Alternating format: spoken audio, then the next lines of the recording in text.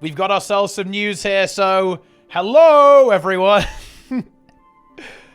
Let's talk about Kryptis and Rift hunting. I'll give you the lowdown. It's Bounties. It's Bounties Plus. They're coming back. I think this is actually a system that a lot of players have been looking to see some iteration on, and yeah, we're actually doing that. And it's not just going to be isolated to the new expansion as well. What these are essentially that around the world, the demons are going to invade Tyria, and then, unsurprisingly, you gotta beat them down, right? You gotta farm them. So, what do? Check this out.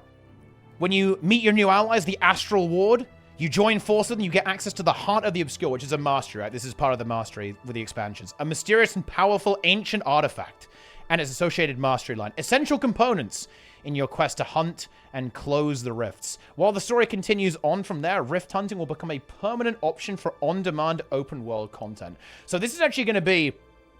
I think I have a bit of a feeling this is going to be a very big part of the meat of the expansion. I think a lot of the core gameplay loop actually is going to involve these rift hunts. Obviously, you're going to have the new meta stuff. You're going to have various strike missions, and I'm sure there's plenty of other content like collections and stuff. I think some of the long-term gameplay loop is exactly going to be these rifts. And we'll get a little bit more information on this here that will kind of explain why that's going to be. With the help of the Heart of the Obscure, you'll find nascent rifts across Tyria. Fully opening a rift will reveal Kryptis invaders who are roaming Tyria while hidden from sight. Ooh, very scary. Defeat enough of them and a more formidable champion will appear for you to face. Taking down the final Kryptis target will allow you to close the rift and will grant you Kryptis Essence. Powerful materials that you can use to craft weapons, armor, legendary armor, and bait to lure out deadlier Kryptis from rifts. So this is your very standard thing, right? You go there, you kill the weak, crappy ones, then bigger ones come out after that. Then you beat those, and even bigger ones show up. So, kind of your classic farming chain. Seems to be a little bit interesting as well. It almost seems that you have to farm the small ones, then you can do the bigger ones, and then after that, you can do the big ones. You kind of use the small ones to fuel them with, like, the bait, essentially, to lure them out. So you have this kind of cycle that you'll go through. A little bit like almost like a meta event chain, right? With this escalation there as well. But what I think is really exciting about this, and I think this is a really good idea from ArenaNet, is that it's not just going to be SOTO. It's going to be Tyria, Cantha, Crystal Desert, and they may even add new areas later on there, which I think is really exciting. This means that you aren't just going to be stuck in the same two maps of the expansion. The expansion kind of affects the rest of the world, and it really does sell you this idea that the demons are invading. Right? They're invading all over the world in the same way that the trees are invading the Twitch chat right now. They're all over the place. And I like that. I think that's a really cool immersive thing. And I think it also, you know, it's got the, you know, the bonus here of kind of being relatively easy for ArenaNet to implement here. This is certainly not going to be potentially the most flashy or, you know, like, oh, wow, this is some crazy new stuff going on. It's going to be old zones with new enemies in essentially. But I think that allows ArenaNet to actually create quite a lot of content, right? A lot of enemy variety potentially. And obviously keep old zones relevant, because these are going to rotate as well.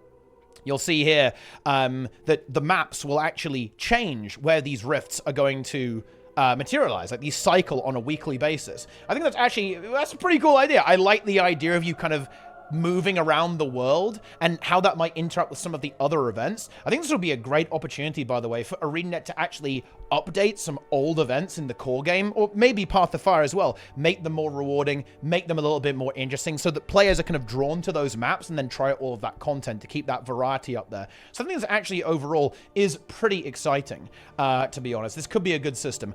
You shouldn't expect it to be like super challenging or, you know, like super, massively flashy. I don't think so anyway, because again, it is going to be essentially Bounties version 2 in a sense, with a bit more iteration to them. But overall, I think this could be a pretty interesting part of the core gameplay loop of the upcoming expansion. And I'd like to see more ideas like this over time, like improving the iteration, not only, you know, updating old content, but also I really like the idea of an expansion making old content different in some sense by adding new things, adding new rewards, right, and adding new, like combat challenges to overcome and all that kind of good stuff.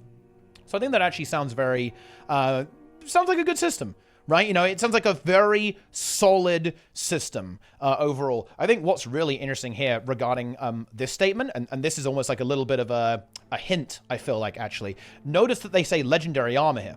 So this is going to be another thing that you probably are going to want to be blasting on launch, because the legendary armor isn't coming out on launch, but look at this. looks like you can actually grind some of the currencies beforehand. Now, of course, we don't know exactly how much of this you'll need, so it's probably best to kind of go pretty hard on this, but it looks like this is another key activity alongside unlocking some of the other collections, right? The armor collections that you need, because we already know that you need all of the armor collections to get the legendary armor. Now we also know that you need this Kryptis essence to get the legendary armor. So it's going to be another thing that you can be blasting while you wait for the open world legendary armor to be released, which is probably about 6 months after launch. I think it's coming in the second quarterly update, so give or take 6 months after release. So that's something that you can go ahead and complete. And I'm very interested to see what they do with the bounty system. I think there's definitely some refinement there. Some of the, the affixes, right, are kind of annoying, to be honest, on them. Like, especially the one that, forces you to go ranged, right? That kind of sucks if you're a melee build. It's like, oh, well, GG, I guess. And I'd love to see them take a bit more of a mechanical approach, right, and actually have... my problem with bounties is that all they really do is...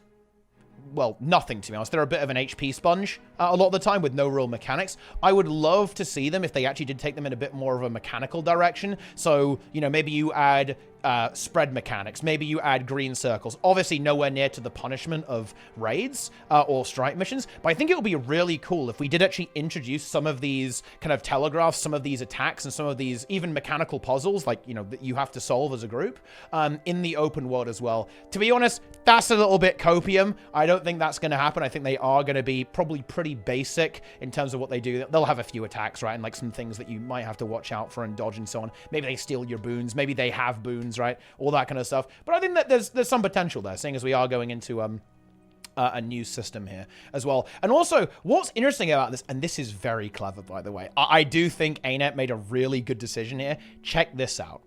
There's a little bit of... I love these extra posts by Ruby, by the way. I'm loving that we're getting some extra communication, some kind of bonus information on the forums. This is the type of almost community management that I think ArenaNet really needs more of. So I'm really enjoying these. So big shout out to Ruby and ArenaNet for kind of making this stuff happen. Love to see it. Look at this. Okay. Oh, yeah. There are multiple tiers of rifts. And some of it is actually intended to be soloed. And I think this is actually a really important thing that Guild Wars 2 has been lacking, almost paradoxically. Seeing as this game is definitely very solo friendly, but it's like solo with loads of people around you, right? Like that's how the game usually plays out, right? You're doing a meta event. Like you're definitely playing solo, right? You're not really interacting with those players in a super meaningful way, but there's loads of people around you.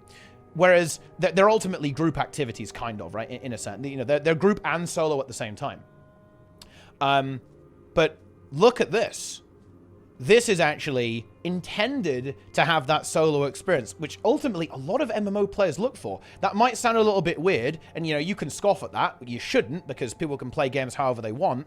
But a lot of people really do not want to interact with other players in MMOs. And this is across the board, but this is not a Guild Wars 2 thing. You'll see this in WoW, you'll see this in 14, right? I'm sure you'll see this in ESO and BDO and whatever, right? Like, this is actually something that players definitely do like. They like to have things that they can just do on their own without necessarily having to, wait for other players to be around or wait on a timer, right? Like, to wait for a meta event timer to come around. So I think this is actually a very intelligent design decision here. Of course, you then can, like, lure out bigger ones that, will obviously be more of a challenge and will kind of be designed with groups in mind. But realistically, just as all bounties are, they'll probably be soloable as well, right? I imagine you can probably beat all of these down relatively easily. Get your favorite Celestial build out and no problem, okay? Those Kryptis, they're going to be sent packing. They're going to go like, it's too overpowered.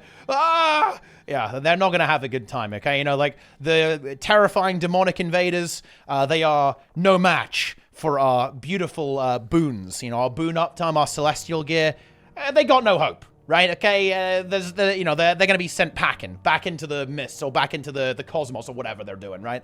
But also, this is something that is also pretty exciting. We got a little bit of an update here. Here we go.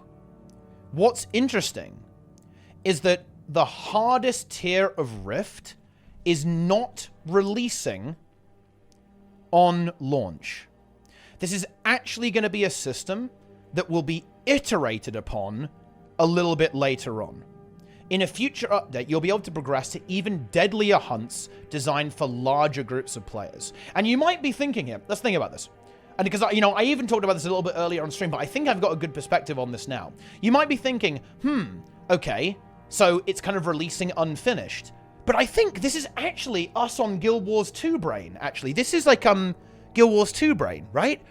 What they're actually saying here is that they're going to iterate on the feature, right? And that it's not releasing in its final state. And I think as Guild Wars 2 players, we're programmed to think, oh, it's not finished then.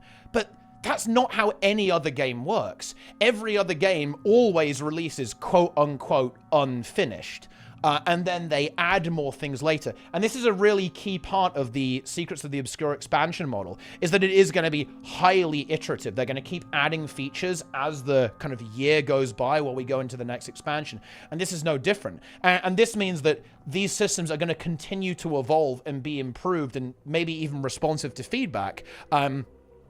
As the game goes on, which was definitely one of the key issues with bounties. And to be frank, I think a key issue with a lot of game systems over the years is that they simply were just dumped and never improved. So I think this is actually a very positive statement to hear here. And they're going to be making even deadlier ones. That might be perhaps more akin to, kind of those bosses that have a little bit more to them rather than just being, your traditional bounty. Because they say here, right, like it's going to be champions are going to appear. So it ain't gonna be crazy, right? It's a champion mob, right? Like, it's gonna do some damage and have some health, but it ain't gonna be the end of the universe. I'm very curious how much structure these are gonna have as well overall. Maybe the really deadly ones have a bit more structure to them, but as of right now, the way it's described, it's gonna be like a bunch of mobs spawn, you clean them out, then a big boy spawns, right? And then you kind of repeat that process to get an even bigger one after that.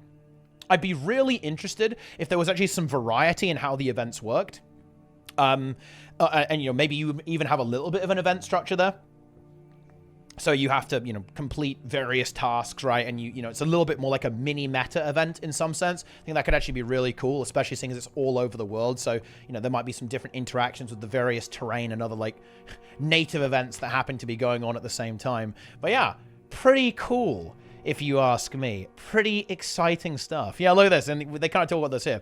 Weave them into other open world activities that you're doing and even help them out if you come across a stranger fighting too close to a rift in the wild. I think another feature of this that is pretty exciting, actually, is, and I think this is also a very smart kind of marketing decision from ArenaNet, is that because these are in previous expansions, it means that players who don't have the latest expansion are going to go, whoa, this is so cool. What are these guys doing? And they're going to go, yeah, buddy, it's the expansion, right? You've got to go get SOTO. You can fight these crazy demons with us. And I'm very curious how this is going to actually look from a non-SOTO player. So it looks like you'll be able to spawn these only if you have the expansion. But it's possible that maybe players who don't have the expansion are actually able to interact with them too, which I think is a nice kind of bonus for those players who don't have the expansion. But again, also really good for getting players engaged with the expansion. Because as with all things, not everyone is kind of wired into the matrix like a lot of us are, right? Many players will simply not even be aware of the expansion happening. You might sound that's ridiculous, but it's actually very, very common. A lot of players just kind of log in and blast. They'll go, oh, the launcher looks a little bit different, right? Or they might not even entirely clock what's going on. They go, oh, exciting, right? And then actually seeing that in the game will be something that will draw them into the expansion to increase like their probability of engaging. Same with the Wizard Vault, right? Like the Wizard Vault system, that's also being available to core players. It's like, hey, new stuff. It's alerting players of what the hell's going on, which I think definitely is, that's almost like a topic for another time. I was chatting with Sneb about this, but I think a lot of players may not even be aware with what exactly is coming with the expansion, because a lot of it is not releasing with. A lot of the features they've talked about, stuff like the legendary armor, and even stuff like the new weapons for classes, weapon master training, so using elite spec weapons, that's on launch, but the new weapons aren't, right? And of course, that is in the posts, but I would really like to see a roadmap from ArenaNet that literally saying, right, this is what's going on here, this update's got this in it, this update's got this in it, like when is the first strike mission challenge mode, when is the second one, when is the fractal dropping? all this kind of stuff. I think a big post like that and like very heavily promote that, make sure it's very visible to the entire player base. I think stuff like that will be incredibly, incredibly good because I think we are getting to the point where there's quite a lot of features stacking up and they're talking about them and they all seem pretty interesting, but it's not immediately obvious unless you kind of really dig into it what's releasing on launch, what's releasing 6 months down the line. And that's going to be more and more important as ArenaNet is moving to this very... I don't even know how to describe it. It's like they've merged living worlds and expansions, right? You still have that content drop on launch, but a huge amount of the expansion is actually bought and paid for, and you're going to be getting it later, right? Because you no longer buy living worlds separately. You're buying the expansion, and the expansion is the next year, right? Which, by the way, is exactly how other MMOs operate. Like, this is actually, I think there's a big tendency to say, oh yeah, living world, Omega lore. But actually, no. This is essentially the model that other MMORPGs use, and I think it's extremely effective, because it really does give players a lot of things to look forward to, and it gives the ArenaNet the opportunity to iterate and improve on content. Because think about it. If Living World is separate from the expansion, then ArenaNet is actually not incentivized whatsoever to go back and fix the game. And I think this new model is why we're seeing stuff like, oh yeah, we're actually going to iterate on these Kryptis risks, these bounties, essentially. We're going to iterate on them. And we can do that because we're not wasting our time doing that. Essentially, the expansion is going to be relevant for the entire year instead of just until the first Living World kicks off, right? Because I think that's been an issue that the game has had historically, is that, okay, drop the expansion, and then we've got to start doing Living World. That's our focus. We don't really have the time to go back. But now the expansion is the living world, and that means that they're heavily incentivized to go back and fix it, because ultimately they're fixing the current product that their customers are paying for, as opposed to something that their customers have already paid for, right? And therefore is like significantly less important in a sense, you know, to their bottom line, right? I kind of like it. Like, I think this post, and this is a bit of a derail almost. I feel like I've talked about this for a little bit too long, but you get the idea. Maybe even a topic for another time, guys. I've got to squeeze out the YouTubers, guys. I need that ad revenue. But I think that posts like this and information like this is a great example of, I think, some of the strengths of the new model that ArenaNet is going with here with these Kryptis. I also really hope that these things actually look like this in-game. I've got to say, this is pretty epic looking. Definitely a horrific creature. I am really curious to see how these are going to end up looking from a visual perspective, and how this is going to work and kind of fit in with the Guild Wars 2 aesthetic in the actual world when they come to develop these things. Really cool looking beasties. Very, very Realm of Torment from Guild Wars 1. And it's going to be a very big tonal shift, I think. I really hope that they're able to capture this idea that these demons are pouring into the world. I want to see them reuse the tech from Jahai Bluffs. You know, in Jahai Bluffs, where you kind of go into the rift, like the rift spawns, right? And it like translates the entire texture. It can be snowing, it can be in the jungle, right? Like with that jungle area. I want to see these rifts, when you reveal them and open them, to like completely deform the terrain around it and like give you this idea that these otherworldly things are just pouring in to Tyria, and they're here to like devour and consume. And that could be really, really cool. Actually. Yeah, like New World. Very much like New World. New World did this amazingly, by the way. This is one of the coolest things about the game. Oh, New World. I'm so sad about that game. But yeah, they basically had a very similar system like to this. Where these kind of corrupted enemies would start invading various zones, and the entire terrain would get completely warped by these portals or obelisks that would form, and you'd have all of these creatures kind of pouring out and like invading the surrounding area, right? And it did the atmosphere of this extremely, extremely well, actually. If you want to see that, you can go watch my New World review, okay, that I did ages ago. It's one of my favorite videos. It's an hour and a half almost of New World commentary. So if you want to kind of point and laugh at something that didn't really work out, then hey, that's the content that you need. But yeah, I think this is very interesting. Very, very interesting. And hey, look, Guild Wars 2 is actually kind of borrowing things from other games. Makes a change, right?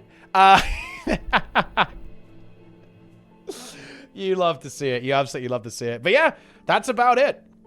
Get ready to grind out your legendary armor by farming 1,000,000 of these rifts. And on that note, actually, you can actually blast these rifts. You know, there's no, like, cooldown. You can just keep blasting them. I do suspect that the rewards might be, like, daily gated, potentially. Like, or maybe you get some diminishing returns.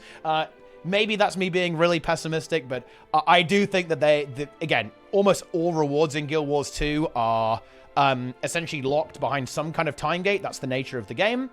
So I don't think these will be infinitely grindable, but I do think that, you know, if you want to, like, do the achievements right or whatever, like, you can just keep blasting. I would honestly love it if they were fully grindable. I think that would be good, because I think that's actually something that the game lacks, is infinitely grindable content. I know that sounds kind of weird for an MMO to not have that, but Guild Wars 2 does kind of lack that in a sense. And seeing as these are things that could kind of interact with other open world meta events, so, you know, hey, you're doing the pinata, but oh, look, a few minutes before pinata, there's a rift over. Let's go do that. So I think there's maybe some leeway they could have there with how the rewards work, and maybe not have them fully locked. Because the reason why they lock rewards in this game is because they don't want you doing the same event over and over again. But and like farming it. So in other words, they want to keep the players flowing around the game and keeping people distributed rather than everyone funneling into one piece of content over and over again. It's why they're quite careful with fractals for this reason, because they don't want you just blasting them again and again, right?